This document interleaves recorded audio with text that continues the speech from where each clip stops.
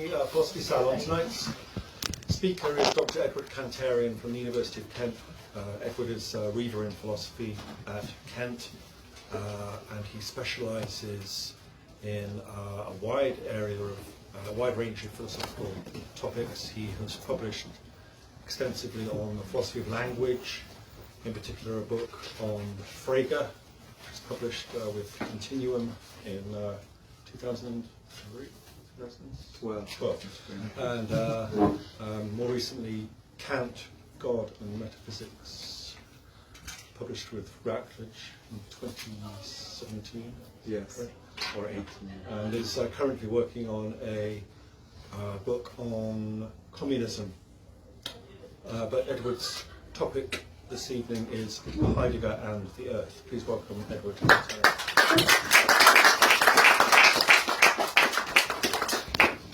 Thank you very much, Daniel. Thank you very much for the invitation. It's very nice and really inspiring to find myself in this place, in this lovely pub. And yeah, I hope that you will enjoy this talk. I don't know, especially since you're drinking beer. Maybe this will help accept even the nonsense I will be presenting to you. So initially, when I offered this talk to Daniel, I was planning to just focus on Heidegger really and his concept and his philosophy of the earth. But I made a mistake, which I often do, is to first check what the Greeks had to say on the earth and realize that there is much more there to be said. So before I will get to Heidegger, there will be a bit of preliminary discussion of the concept of earth coming from the Greeks, but in fact going way back before the Greeks. So I will start first with a truism. We are denizens of the planet Earth. We are born on it, spend our life on it, and will die on it, or most of us for sure. Our bodies are made from matter found on Earth, as is what we eat and drink. We breathe the air belonging to the Earth's atmosphere, and it's the gravitational field of the Earth that keeps us with our feet firmly on the ground, which is, of course, the surface of the Earth. Of course, other things are essential for our existence, especially the sun, also the moon, the laws of nature, etc. Still, even today, after the moon landing, the Mars rover mission, and the creation of the International Space Station, in cooperation with our Russian brothers and sisters, it is easy to see Hannah Arendt's point when she wrote in 1958 in The Human Condition, I quote, you'll find this on the handout, "The earth is the very quintessence of the human condition, and earthly nature, for all we know, may be unique in the universe in providing human beings with a habitat in which they can move and breathe without effort." Unquote. Arendt mentions in this context the old topos of the earth as, I quote, "the mother of all living creatures." This is actually a very old motif, which brings us into the area of myth. We find it in Hesiod's Theogony, 700 BC, where Earth, or Gaia, comes into existence right after chaos, and she sets forth to do what she is good at, namely to give birth. I quote Hesiod, "And Earth first bore starry heaven, Uranus, equal to herself, to cover her on every side, and to be an ever sure abiding place for the blessed gods." Unquote. Almost all other gods are her children, and the mortal humans are of the same origin, Hesiod tells us in his other work called Works and Days. One of the Homeric hymns, number 30, is dedicated to the All-Mother Earth as well, Eis gen meterapanton. I quote, "I will sing of firmly grounded Earth, mother of all, eldest of all beings. She feeds all creatures that are in the world, all their moves on land and in the sea, and all that flies. All these are fed on her store. Through you, O Queen, they become fertile in children and in harvests, and to you it belongs to give life to mortal man and to take it away. Happy is the man whom you delight to honor. He has all things abundantly. His fruitful land is laden with corn, etc. The most salient elements of this myth, I believe, are the following four. First, Earth is the universal mother, the source and sustainer of all life. 2, she gives in abundance. 3, she is the wife of the sky. And 4, finally, and more implicitly, because she gives and takes life, she predates life and is immortal and indestructible. Similar passages can be found in other Greek sources as well, for example in Aeschylus or in the Peleiads of the Oracle of Dodona. But the myth of the All-Mother is not restricted to ancient Greece. It is much older and more universal. In his Patterns in Comparative Religion from 1964, Mircea Eliade enlists countless examples from the rest of the world of religion and myths in which the earth, often as the wife of the sky, is the All-Mother. Veneration of this primordial couple can be found, for example, in many civilizations, in Oceanian civilizations, from Indonesia to Micronesia, in Haiti, Africa, in both Americas, in China and Japan, the Hittites, the Germanic tribes, etc.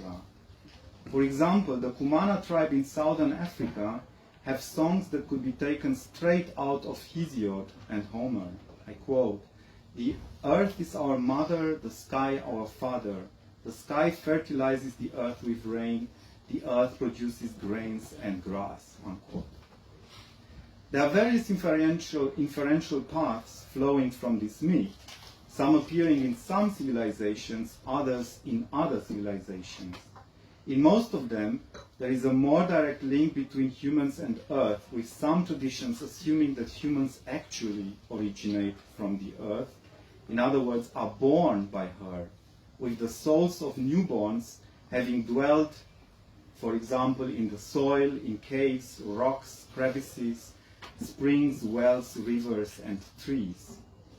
Thus seen, human females serve only as an intermediary to give the child's soul a body. The ancient Armenians,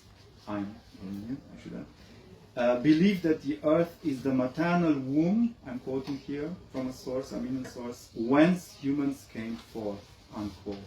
While the Peruvians believed that they descended from mountains and stones. A particularly impressive rite is that of placing a newborn child straight after it has been washed and clothed on the soil or ground. You'll find this rite or ritual in many, many places around the world. Such rituals were, for example, practiced by the old Romans, no less than by the Scandinavians, by the Parsis in the Caucasus, in India, and in many other places.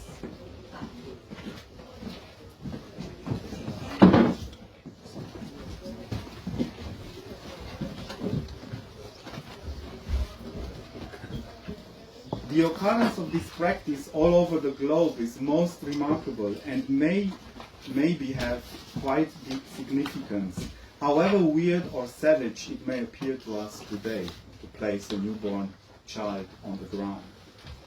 Indeed, this division between how humans are born today in modern societies, in hospitals mostly, and how they used to be, is worth being reflected upon.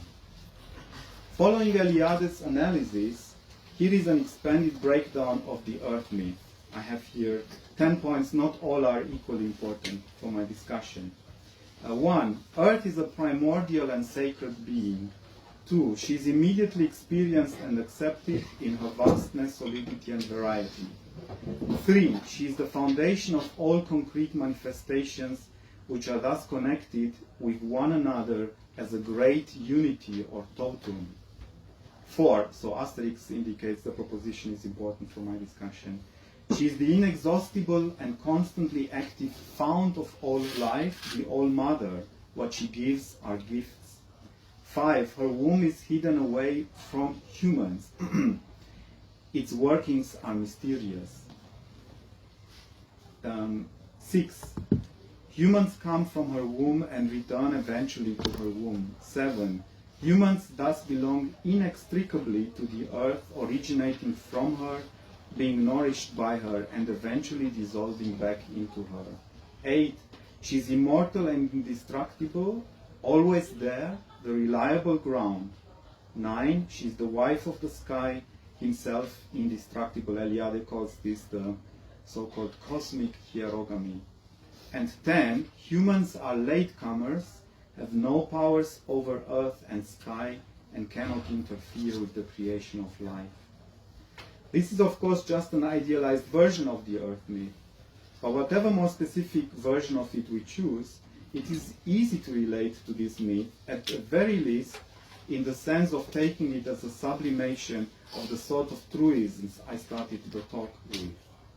A sublimation in part underwritten by certain projections of basic facts about human life, namely birth, motherhood, marriage, life, etc. And these projections are projections onto the earth. We can all understand this myth and see its point, I believe, even those among us who would want to insist that from a scientific point of view, these 10 propositions are false or even nonsensical. But I don't want to yet engage with the scientific point of view. Instead, what I want to do is to point out a certain tension within this very myth.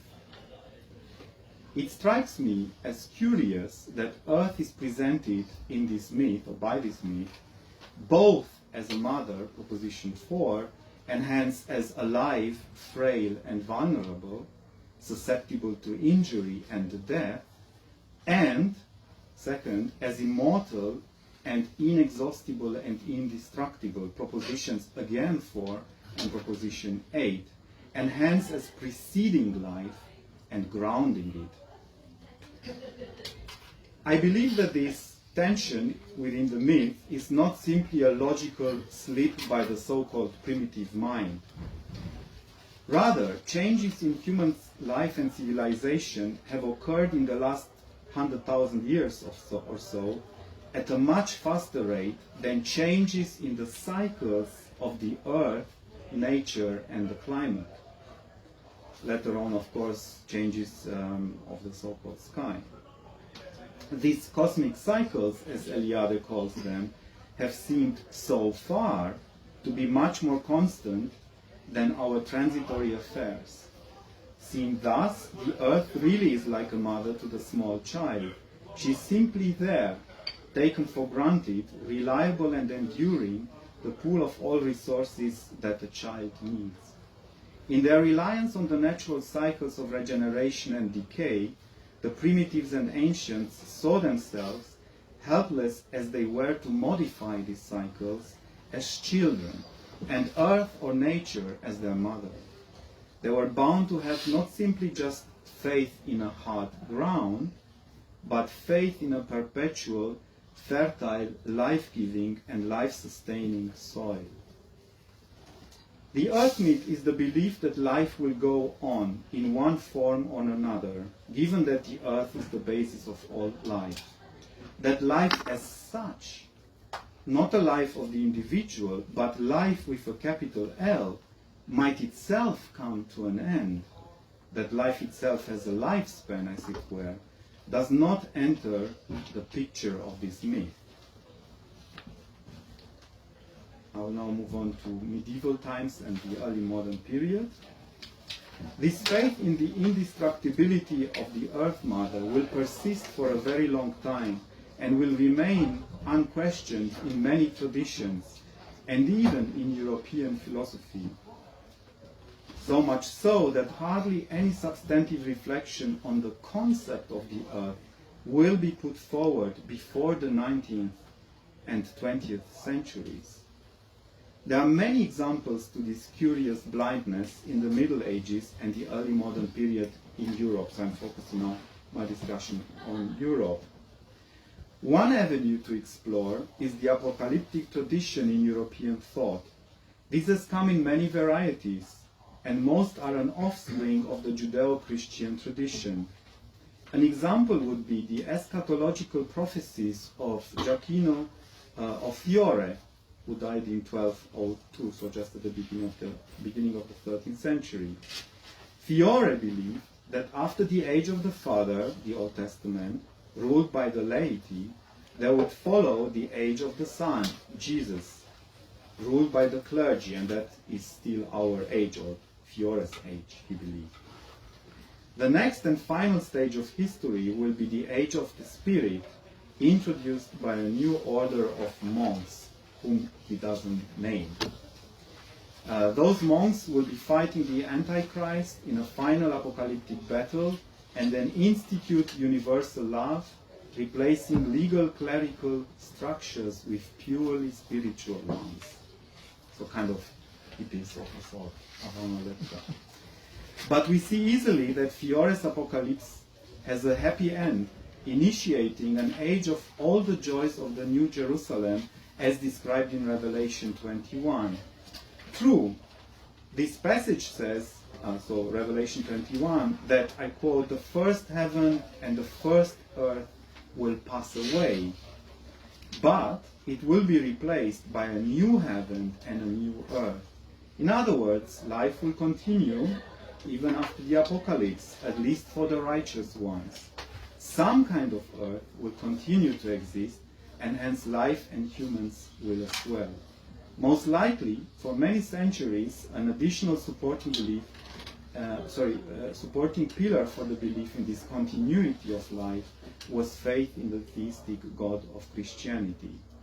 I have several other examples that I could cite. I don't know whether I should spend too much time on them. Just two very prominent examples would be apocalyptic movements in the 15th and 16th century, the so-called Taborites in the 15th century. Has anybody heard of them? The Taborites in the 15th century in Bohemia. They were a radical communistic Christian sect of movement of a kind. Or the Anabaptists from Münster in the 16th century, equally Christian communists. Even the Marxist fantasy, I think, of a violent demise of capitalism fits into this mold, as the demise of capitalism will be followed by the advent of complete human freedom, indeed, as Marx believed, the realization of the true essence of humans. So at any rate, all these millenarians, what they do, they postulate an apocalypse, but after the apocalypse, life will spring forth again, blossom again in a much better and more wonderful way. So they all buy in one way or another into the earth myth, into the faith of life continuing indefinitely. What about, then by contrast, the apocalyptic pessimists? It is actually quite difficult, at least according to my researches, to find pessimists of an apocalyptic bent before the 19th century in Europe. One candidate, whose name you will be surprised to hear in this context, was Immanuel Kant. In his pre-critical book, Universal Natural History and the Theory of Heavens, from 1755, he was a very young man still, Kant attempted to give a comprehensive account of the development of the whole universe, combining Newtonian mechanics with a religious, teleological outlook of the whole evolution of the universe. In brief, God set up the laws of motion, created matter, and then left it all to its own devices. Out of matter and then laws of nature, this wonderful universe then developed, first in its center, with a sun of all suns, which then dies, being followed then by the creation of new stars and galaxies, placed in concentric circles around the center. Creation, according to Kant's, I think, amazing vision here, thus progresses from the center to the outer regions just by means of the force of gravity and what he calls the force of repulsion. And maybe the force of inertia, he took it to be a force, but as far as I understand, this is today questioned. All suns, therefore, according to Kant, are destined to extinction, he speaks here of eternal darkness, because their heat dissipates, and that will apply to our sun as well. Thus, all life on Earth will eventually end, including humanity. But this will not be the end of life and fertility as such, because other suns and planets will then emerge in the outer and further and more outer circles of creation. Suns and then planets which will be inhabited by more rational and virtuous creatures than we are. We are too close to the center, we humans, and our bodies and minds are too inert.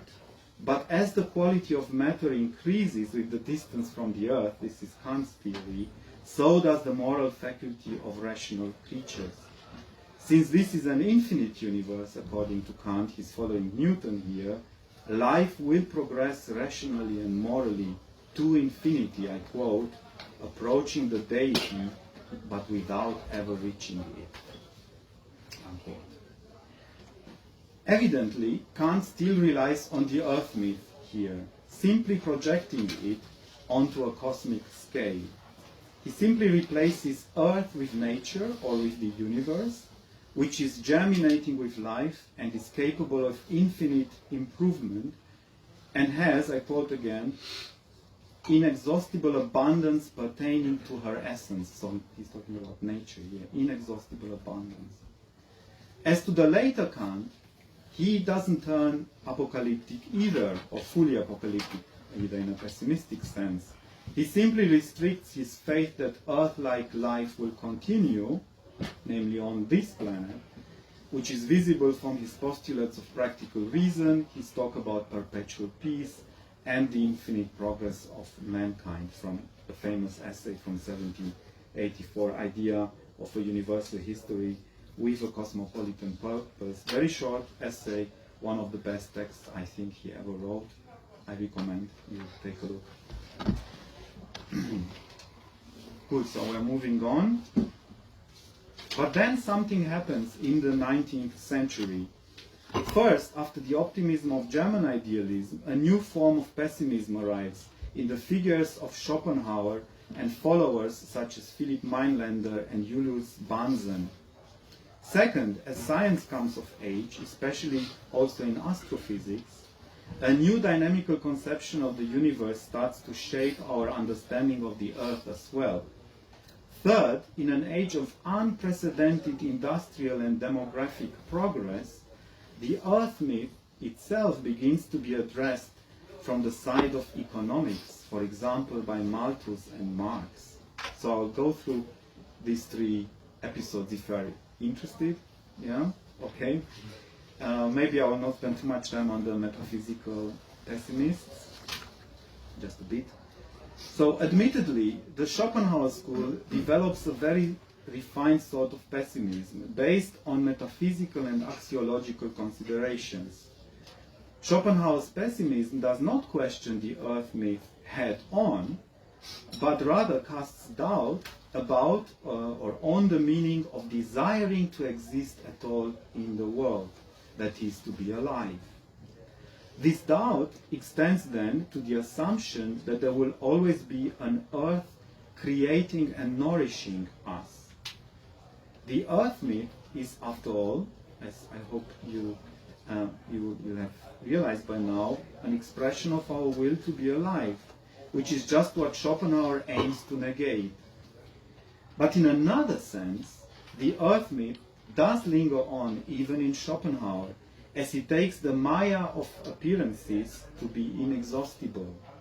Witness the following words he places into the mouth of none other than the Earth Spirit. I quote, you'll find on the handout, the source from which the individuals and the powers, the source from which the individuals and their powers proceed is inexhaustible and unending as time and space. For, like these forms of all phenomena, they also are only phenomena, visibility of the will. No finite measure can exhaust this infinite source. I will not spend time on his so-called sons, Schopenhauer sons, Bunsen and Mindbender, although their philosophies were really, really wild, all I want to say is that they both believe that existence, with Schopenhauer, existence is a pain, it is torment and continuous suffering, and therefore our goal is to help the universe to come to a halt or to an end in one way or another. So both of them believed in that. If you want to have more details, you can email me and I send you a brief paragraph, or you can look them both up on the internet very easily. Okay, moving on now to physics and astrophysics. The Earth myth came under, so basically these metaphysical pessimists, especially Bunsen and Mindbender, they do offer a quite radical rejection of the Earth myth. But it is not a rejection of the Earth myth I am personally interested in this context, because they do not explicitly thematize the Earth myth as such. They simply reject one of the entailments, and therefore they would have to reject the myth as well. They just think life is not worth living, and hence they have no business with the Earth myth.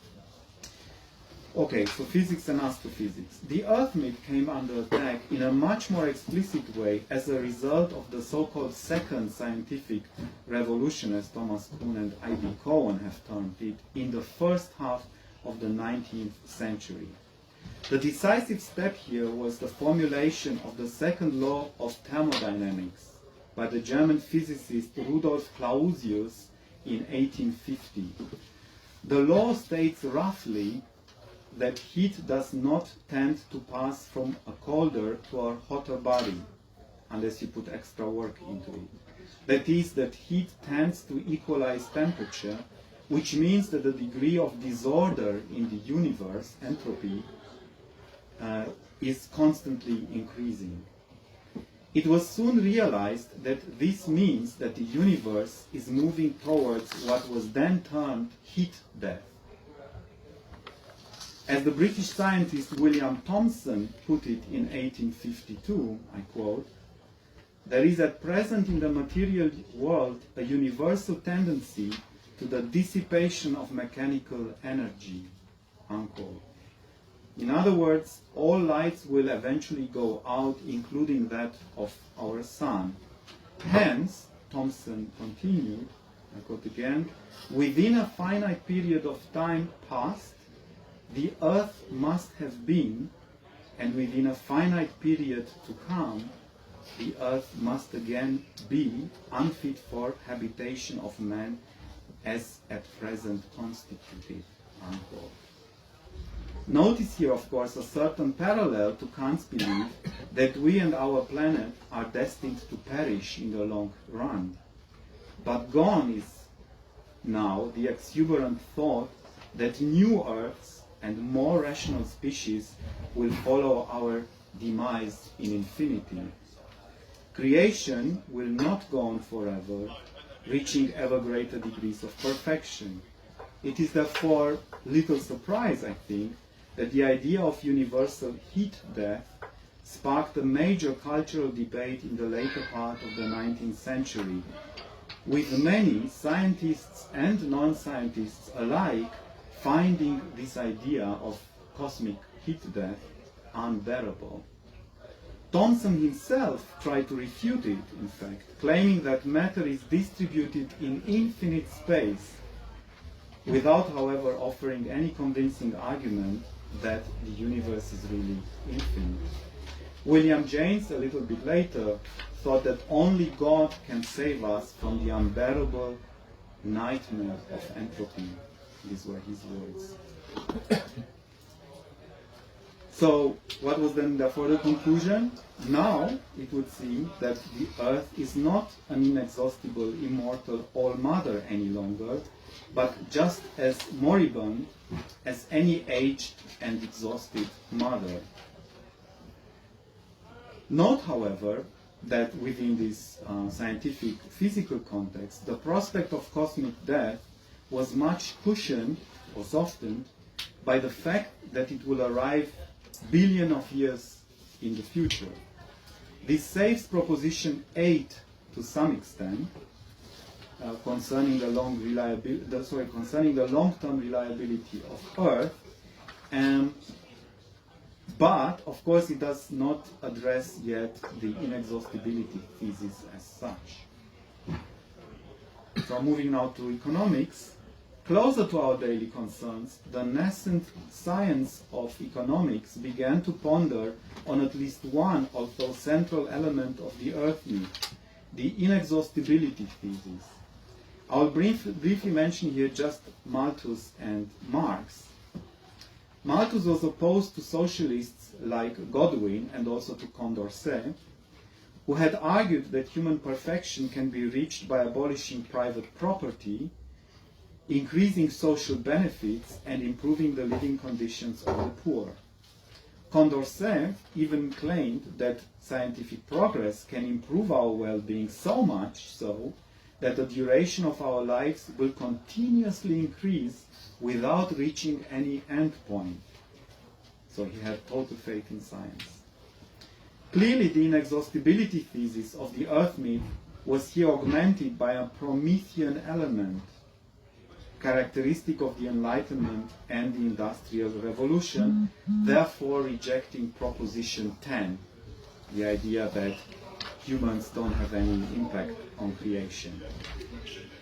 Malthus, an Anglican pastor, rejected this secular utopia.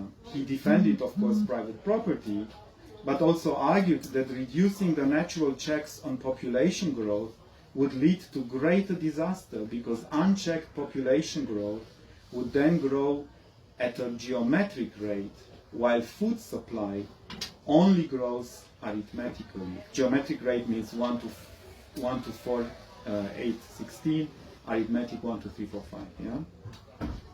Thus, untrammeled population growth always outgrows food supply, perpetuating social problems and disasters.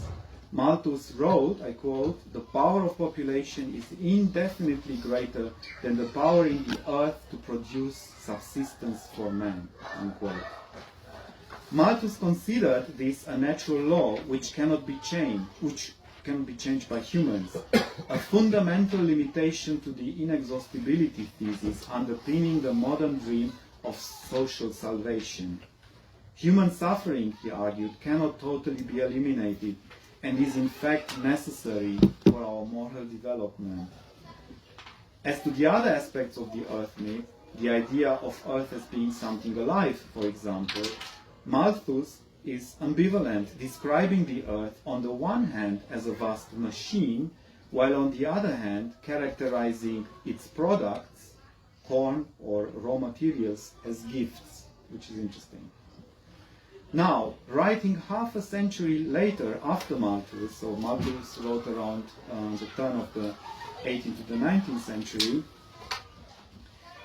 and after the agricultural production had been yet again revolutionized, Marx and Engels were outraged by Malthus's skepticism and they heaped insults on him.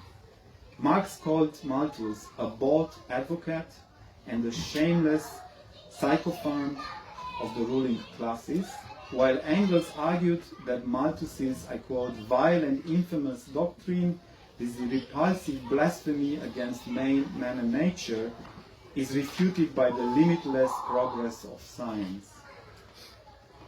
The productivity of land, Engels wrote in 1844, can be infinitely increased by the application of capital, labor, and science, unquote.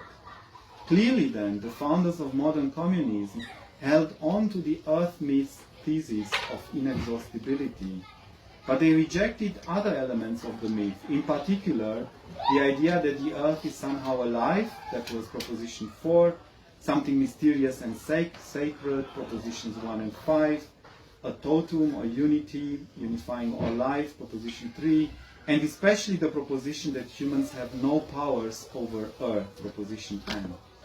As Marx wrote in the Grundrisse, which is not a book he ever published or work he ever published, it was published long after his death, I quote, "The great civilizing influence of capital consists in the dismissal of idolatry and the deification of nature. Oh, right, okay. I'll fast forward to Heidegger then. So I'll leave out the best bit, which is Marx then. Okay, so you have this Promethean faith that Marx and Engels have. But on the other hand, Marx also makes a very interesting point, because he also writes that in the first volume of the Capital, capitalist production disturbs the metabolism, German word is Stoffwechsel, between man and earth, that is, prevents the return to the soil of its elements consumed by man in the form of food and clothing.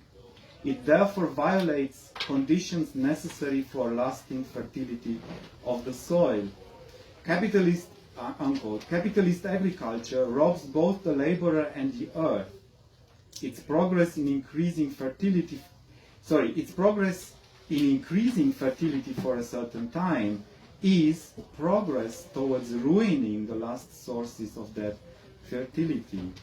As he explained in volume 3 of the Capital, I quote again, instead of a rational treatment of land as permanent communal property, we have the exploitation and plundering of the resources of earth, provoking an irreparable rift in the interdependent processes of social metabolism, unquote. Good, so I will skip the rest. I have some rants against Marx and Engels, as they had against Marx, but I will save you this, spare this one.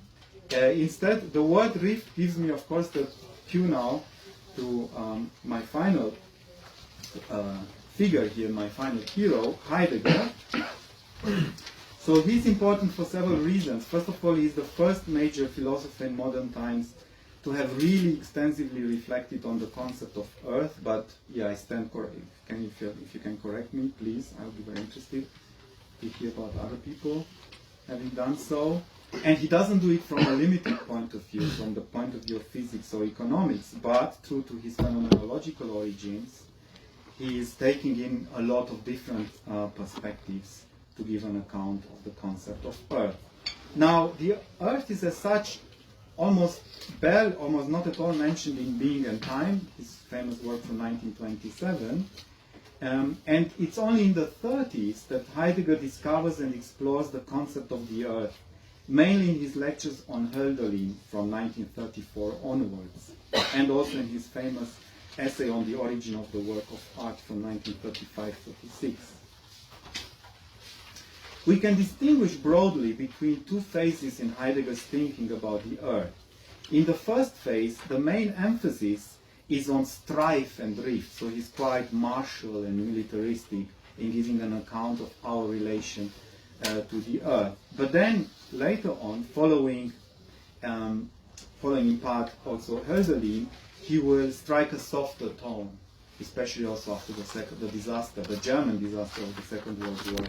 He starts to use softer terms like caring and guarding as characterizing our relationship to the earth.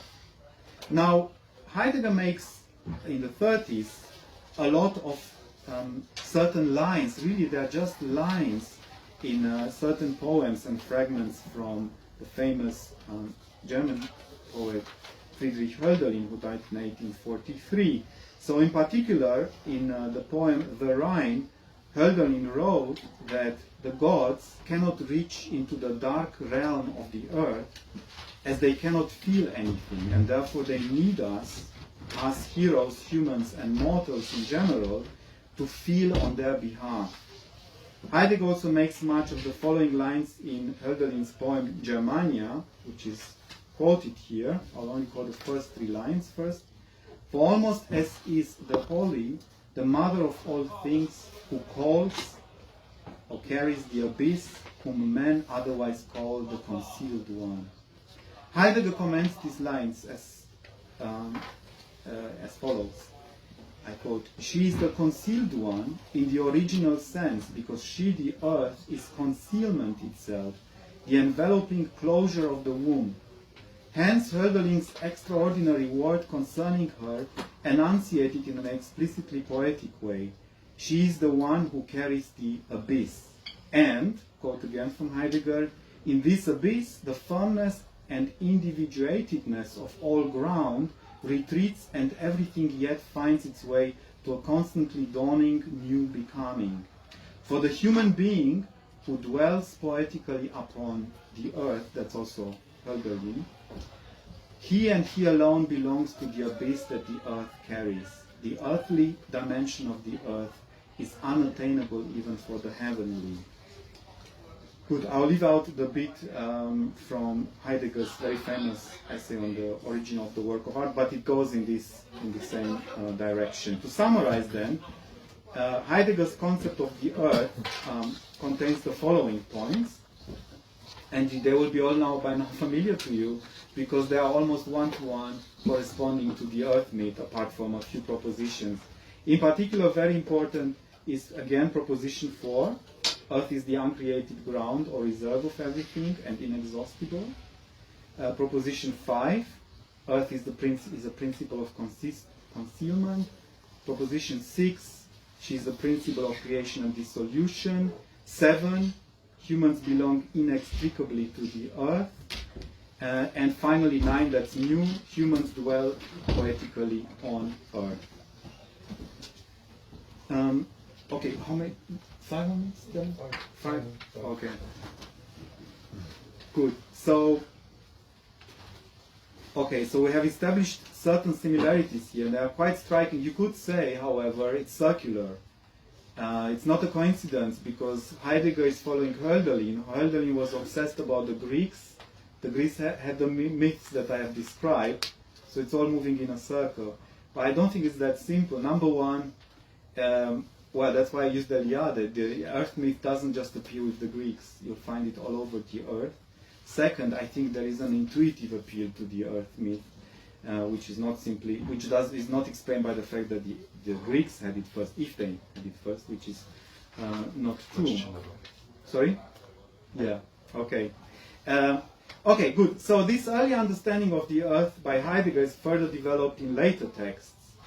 But now he doesn't just reflect on the earth as such, but in the context of the rise of technology, and also then explores tentatively responses to how the earth is being conceptualized in the age of technology.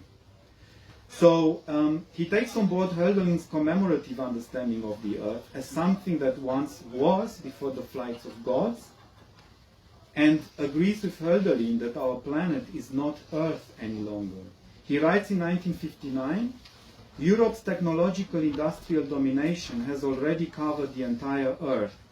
The Earth in turn as a planet has already been included in the interstellar cosmic space which is placed at humanity's disposal as a range of activity. The earth and heaven of Hölderlin's poem have vanished, unquote. And it seems to me that today in 2022, Heidegger's prediction about the gigantic increase of technology and of our control upon the earth and its resources have been materialized. He was right about it. I'll give you just a few examples.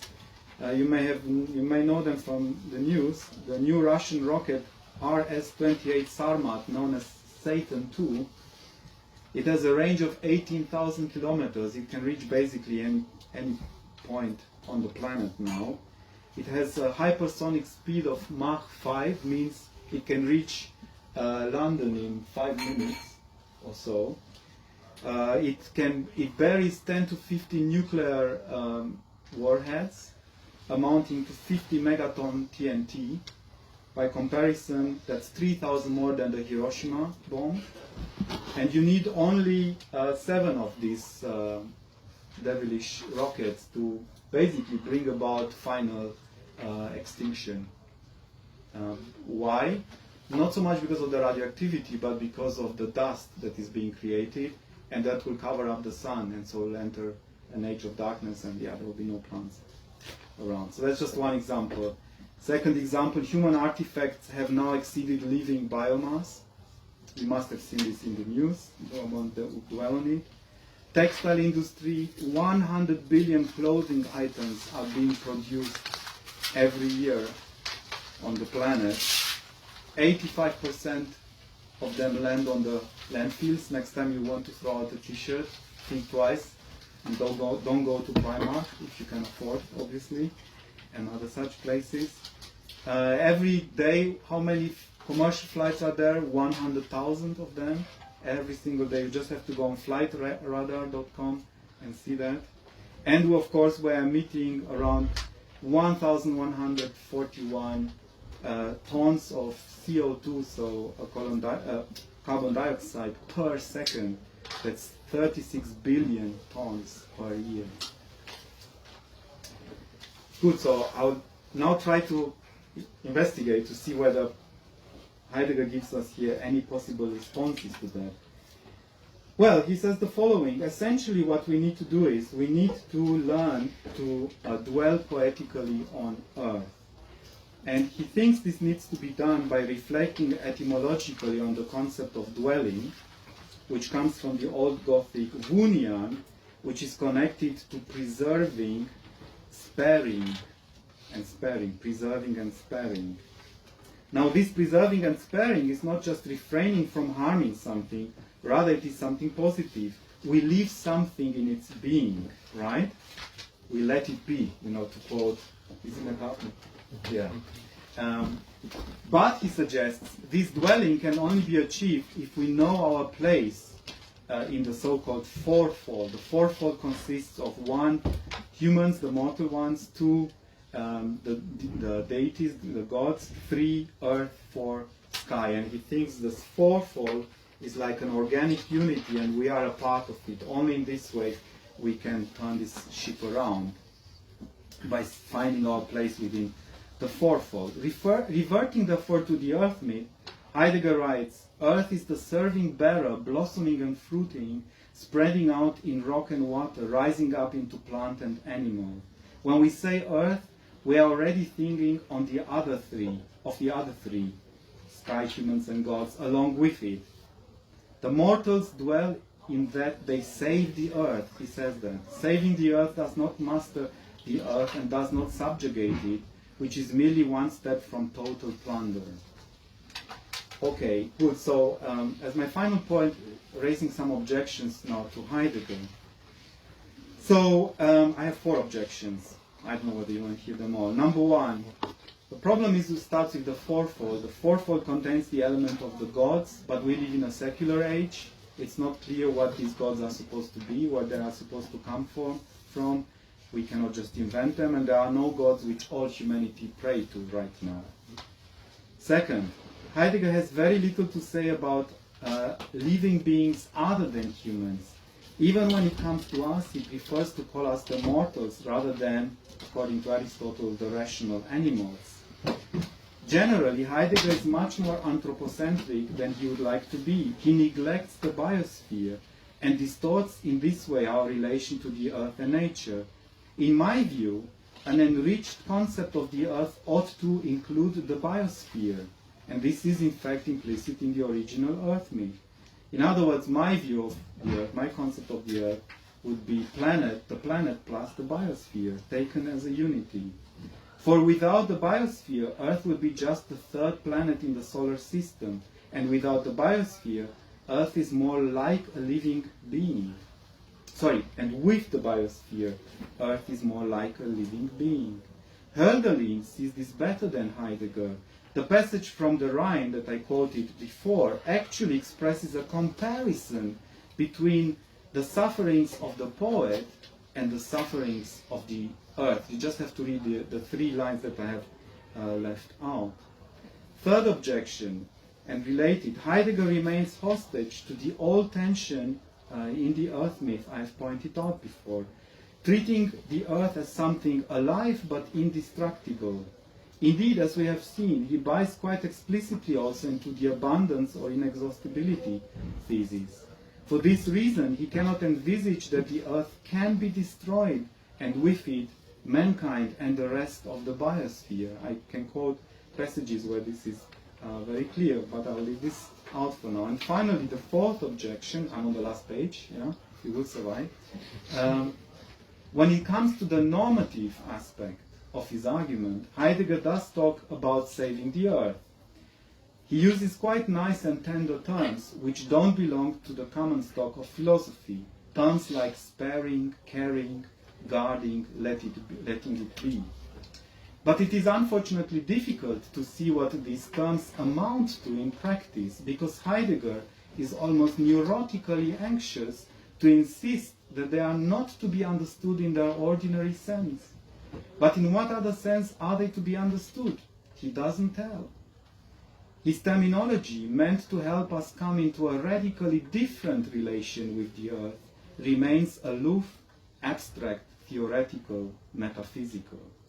Heidegger's concept of earth needs to be brought back to earth, the miraculous nexus of the planet and the biosphere. And in order to do this, I think, we have to look beyond Heidegger, not necessarily at other philosophers, but really at science and technology, which would have been inconceivable to Heidegger as a proposition. For one, it is only through the biosciences that the awesome complexity and beauty of the biosphere is only now truly understood. As the Spanish biologist Enric Sala put it in his book The Nature of Nature, published 2 years ago, I quote, "We are all connected to one another and to the natural world of which we are part. We should see our biosphere as a single living organism." Traditional knowledge in many cultures already considered all of the natural world to be interconnected and in an interdependent system. Clearly, he's connecting it to the old myths. And secondly, we need to, and then of course there is the Dasgupta review from 2021, you can find it online. So very important review in economics, where Dasgupta, professor of economics at Cambridge, argues that it is a suicidal idea to believe that human ingenuity can overcome the bounds of a finite earth. So he would be opposed to Engels and Marx as well. Instead, he insists that our global economy is not external, but part of the ecosystem. That's quite a revolutionary thought. And then secondly, and finally indeed, science also reveals the extent to which we are at a galloping speed destroying Earth through gigantic carbon emissions, soil sealing, pollution, deforestation, biodiversity loss, and overpopulation. Like our ancestors, we moderns have tended to take the inexhaustibility thesis of the Earth myth for granted. Science shows that this thesis is false. But philosophy is not out of picture for this reason. As I hope my talk has shown, philosophy and indeed poetry and other humanistic disciplines remain crucial for casting light on the concept of the earth. In fact, all these approaches, including economics and physics, are mutually complementary. When it comes to the prospect of our possible extinction, all paths converge.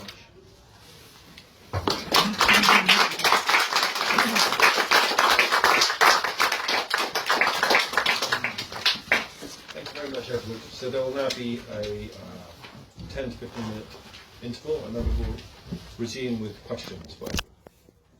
Some beer.